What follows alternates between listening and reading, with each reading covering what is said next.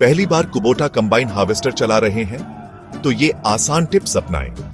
Number 1, machine start करने से पहले फ्यूल, तेल और कूलेंट की जांच करें। नंबर 2, कटाई के दौरान स्पीड को फसल के हिसाब से एडजस्ट करें ताकि अनाज का नुकसान न हो।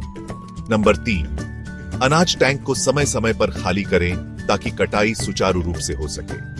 नंबर 4, हर उपयोग के बाद ब्लेड, एयर फिल्टर और बेल्ट की जांच करें और साफ करें। नंबर 5, सुरक्षा का पूरा ध्यान रखें और ऑपरेशन से पहले खेत का निरीक्षण करें। सचिन योगेश एग्रो एंटरप्राइजेस से कुबोटा कंबाइन हार्वेस्टर खरीदें और ट्रेनिंग के साथ बेहतरीन सर्विस पाएं।